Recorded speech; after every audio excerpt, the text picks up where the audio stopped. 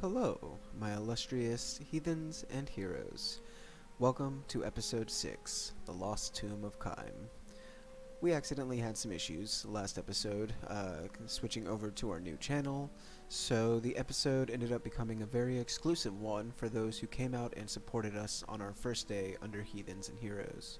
We appreciate you very much, and are sad about the events that transpired, but we don't want you to miss out on the knowledge of what happened going into episode 7 or 8 as we do them.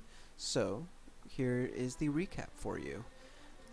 Last time, in the Underdark, our group of adventurers, along with their recent allies that had escaped from the prison of Velkenvir, found themselves traveling the Underdark in pursuit of some way to get back to the surface to escape.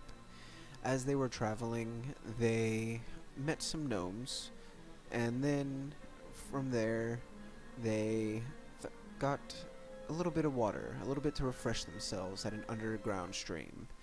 And as they were there, they began to hear a voice of a woman calling out to them, pleading that she was trapped, that she needed help.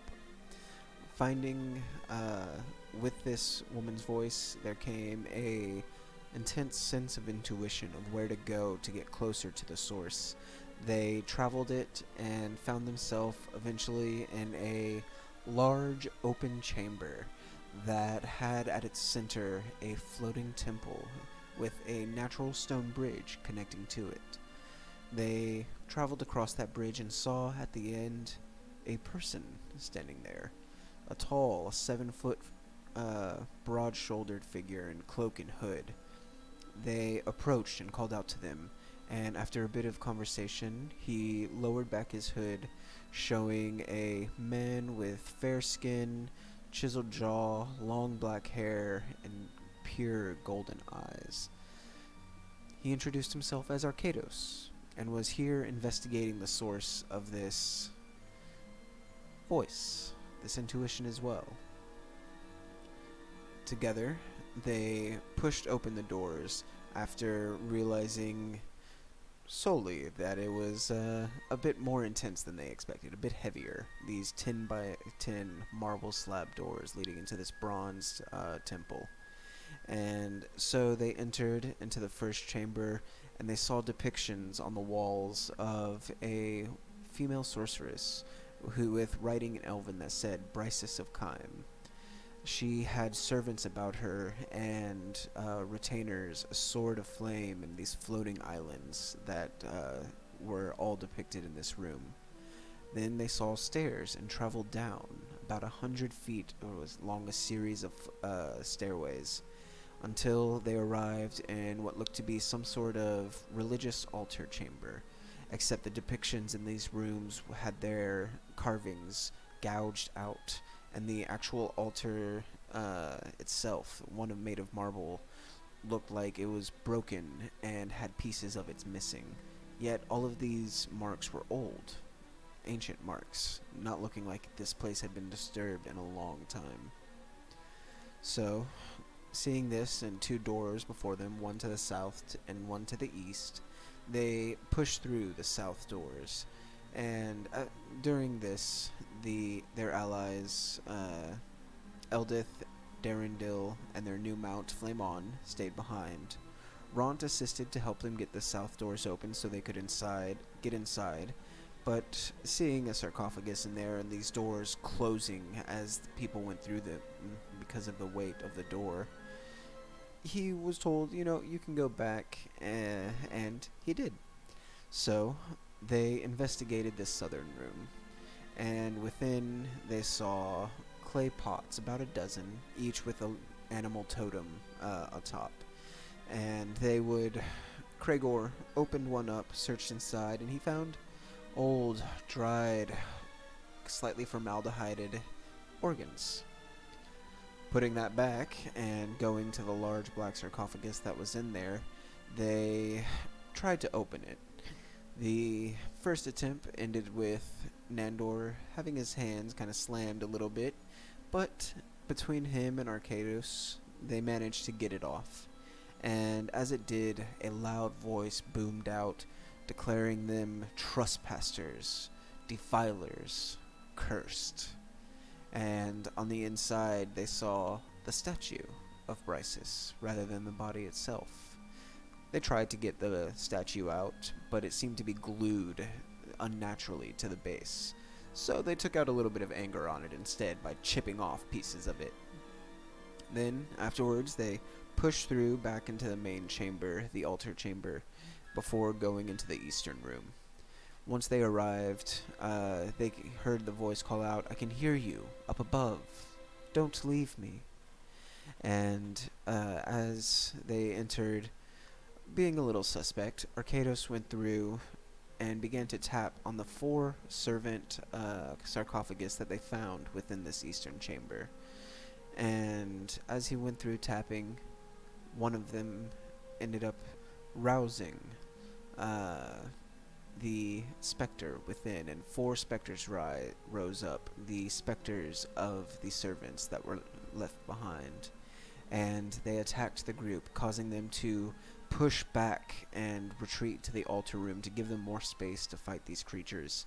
And they all kind of ended up pressed up against the door as it opened up, and spilling them all out, where Nandor summoned up his rats with 3 swarms of rats with his pipe of sewers, while the others prepared. Rama stayed behind a little bit to give them access and a way out, to be that shield for them. And as the ghosts began to push through the walls and chase after them, Arcados had great golden ethereal wings sprout from his back as he flew up into the air and chased into the room as the doors opened to grab Ramas and pull him back with the others. Now, as this fight went on, they began to cast magic, and this tomb, it was filled with a mist. This mist that Darendil had called Ferzres, a recent change to the Underdark that this was a sort of byproduct of in the recent months. And whenever they cast magic, it would react with the mist itself, causing random and sudden surges, like lightning appearing around Nandor and accidentally being fired at Ramas and his swarms of rats, as well as sweating and pooling grease around.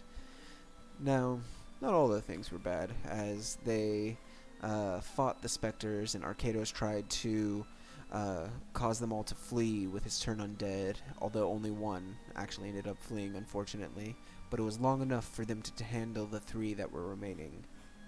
They killed the 3 and went back to the room and found one of the sarcophagus was on rollers, so they pushed it back and found a small, narrow staircase that led further down. As they traveled, the other ghost returned to the top, but they were no longer there, so it waited, its raspy voice being heard from behind. Nandor in the lead, as they traveled down, was the first to see that this bottom room was the true chamber, as there was a very nice gold-gilded sarcophagus down here. And as he entered, a spectral, misty-like black wraith appeared out of the sarcophagus and pursued them. They fought primarily in this 5-foot wide staircase that led up in between the 2 rooms, sometimes squeezing past each other or sliding down the stairs between each other's legs where they could to fight at this wraith. At one point, Kregor ended up at the top chamber where the specter awaited, but he had stealthed and was more prepared and came up behind it, killing it swiftly before it could do any damage to him. And then he made his way back down to the others, where Nandor had been deposited out at the bottom at one point. And he went to try and open the sarcophagus to this wraith, but as he did so, he stubbed his toe on this invisible chest that was down there. And as he was down there, he opened it up and found the hilt of a sword, a few potions, a ruby necklace, and a lot of gold and silver. He grabbed the hilt of the sword, and as he did, he heard the voice call out, "I feel you! I see you! Yes!" And it exclaimed in this bright, golden sword made of flame, and then kind of sputtered out. Uh, as he discovered this, and as Arcados fought against this wraith, he had cast some magic which made him illuminate the chamber with daylight, and the wraith did not care for that, but it did sense Nandor down below catching her prizes. So she pursued him, leaving the others traveling through the walls and coming after Nandor. As she reappeared and as Nandor was escaping, being pulled back by Arcados, who saw her escape, he thunder waved her, pushing her back, giving them a bit more of a moment. In which that moment, Kregor came down, trying to end her life as he did the specter, but she reached out a hand and into his chest, trying to pull the life force from him, and almost succeeding in permanently killing Kregor. But he was resilient and instead only fell unconscious. And in this moment, Ramas saw his body fall and was like, "No, son, not today."